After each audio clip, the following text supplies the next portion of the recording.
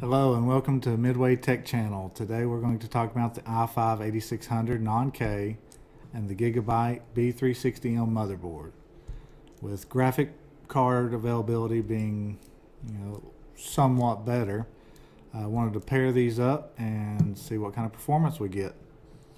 For my setup, I used, of course, the i5-8600 non-K, Gigabyte B360M motherboard, an Arctic Cool Freezer 33, 16 gigs of G.Skill Trident Z memory, 480 gig Team Group P30 M.2 SSD, a Corsair power supply, and of course NVIDIA graphics cards. So let's get started.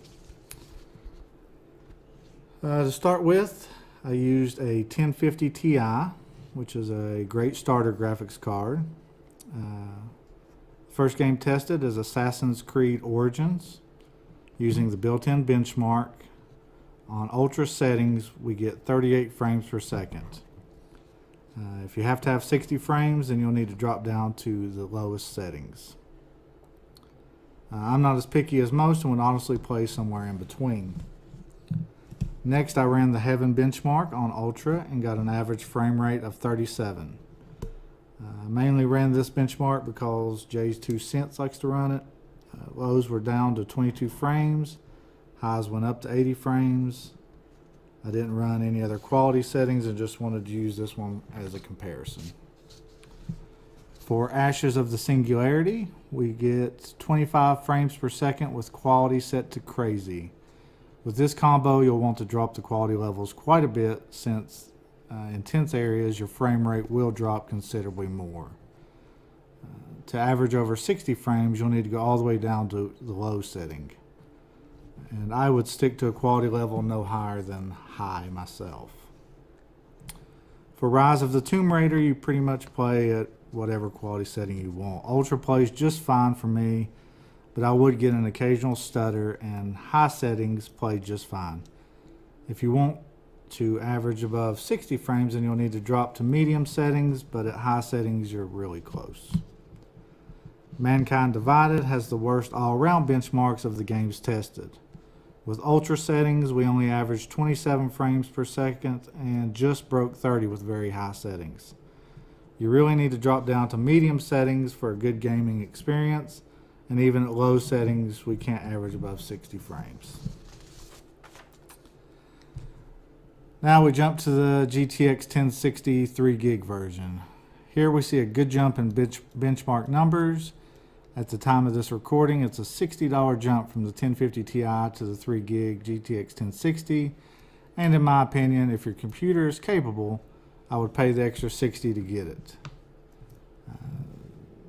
So now in Assassin's Creed Ultra settings, we go from 38 frame average on the 1050 Ti to a very nice 51 frame average. In my test, I never dropped below 43 frames and the game ran very well.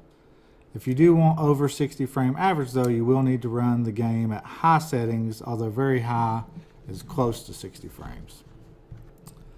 With Ashes of the Singularity, the game is now playable at crazy settings, even though I still wouldn't recommend it. Now you can get over 60 frame average with high settings instead of the low and extreme settings were very playable to me.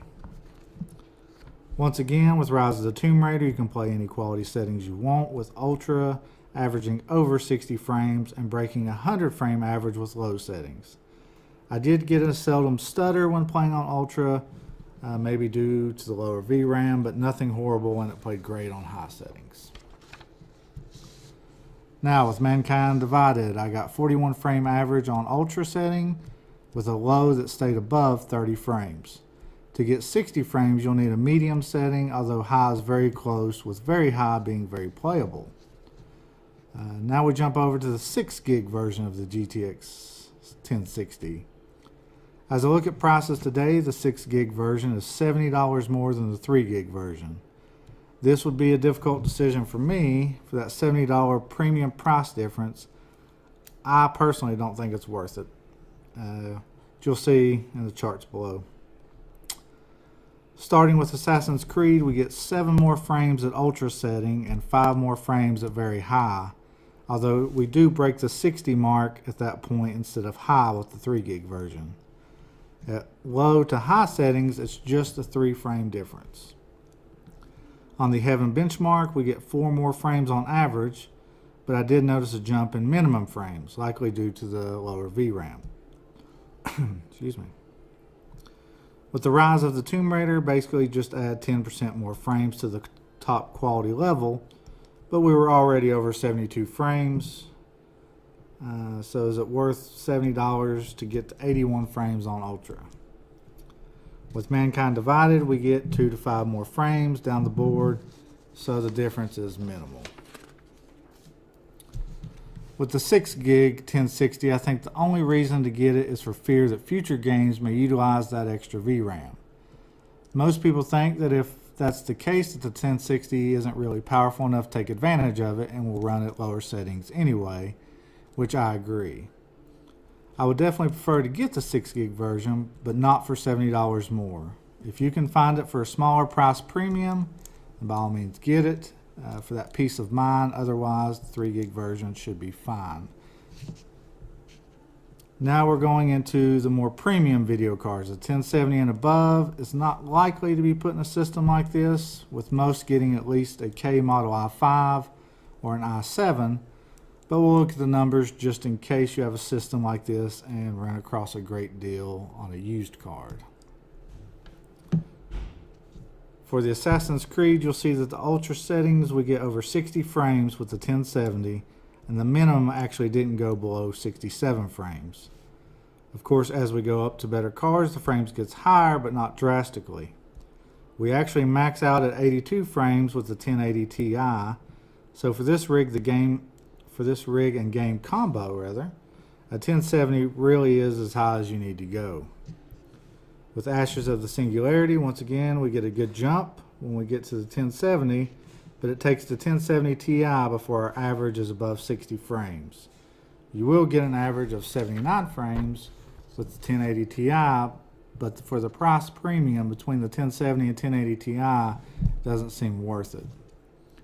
With the Rise of the Tomb Raider, the 1060 was all you really needed, at least for 1080 gaming. This is a game where you can think about gaming at higher resolutions and higher settings with one of the premium cards, but chances are that if you got a high-end monitor and paid $900 for a 1080 Ti, you probably went with a better CPU and motherboard. Finally, with Mankind Divided, we break the 60 frame average with the 1070 on ultra settings. So, now for my opinion on the conclusion. To me, the sweet spot for this setup is a 3 gig 1060. I think with that card you would get an all-around good system that's very capable. With the pieces that I've used to test these cards, it would run around $700 plus the price of a video card. 1060s are selling new for about $260 today. And with the crypto bust going on, if you could find a good 1070 for a decent buy to go in this system, then you would have a great machine. Thank you for watching.